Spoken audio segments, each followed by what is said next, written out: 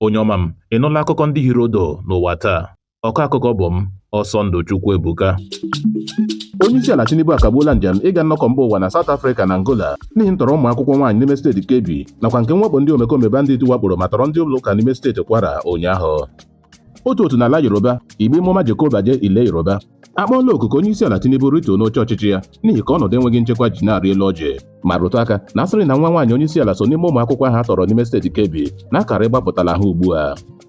Peter Obi agala n'ihu ịdọnyere Donald Trump ukwu n'ịkpọpụtala anyị dịka mba na-eme ihere ma kọwaa na dịka ndị omekome na-eyi ndị ọha egwu na-akpa ike n'ime otu izu ụka ugbu a na ihe ọchịchị dị ugbu a ji na-emedo onwe ha obi bụ itinye ọgbaghara n'ime pati PDP, Labour, SDP na ndị ọzọ iji gbochie ịma aka ọbụla. Nnamdi Kanu emeela mkpesa n'ụlọ ikpe megide ndị ama ụlọọrụ DSS n'ihi ịgba ama ụgha megide ya dịka ndị omeiwu etiti mmadụ 44 edegarala Tinubu edemede ugbu a ma kpọọ oku ka atọhapụ Nnamdi Kanu. A ga-echeta na nchabi ikpe ya ga-ehi odo echi bụ Tọzdee. Ọgwụ na ụbụ akụkọ ndị ahụ hiri odo n'ụwa taa. Sonyere anyị na YouTube, Facebook nakwa WhatsApp chanel anyị na Akụkọ n'asụsụ Igbo.